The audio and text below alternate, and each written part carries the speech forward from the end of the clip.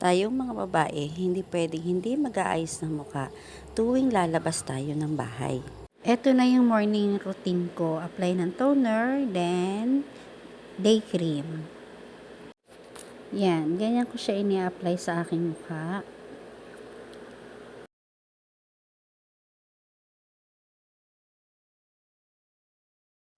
Then, kakalat ko na siya sa buong face ko. Then, after kong may apply ang day cream, sunod ko namang ilalagay yung favorite kong sunscreen.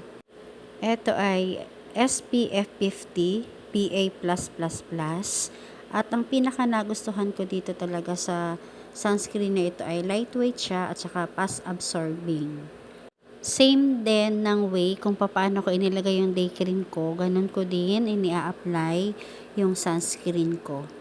Napakahalaga na hindi tayo nawawala ng sunscreen na ini-apply sa mukha, lalo na po kapag lalabas tayo ng bahay. And even hindi po ako nalabas ng bahay, talaga pong after kong maligo, yan ang routine ko at hindi ako nakakalimot mag-apply ng sunscreen.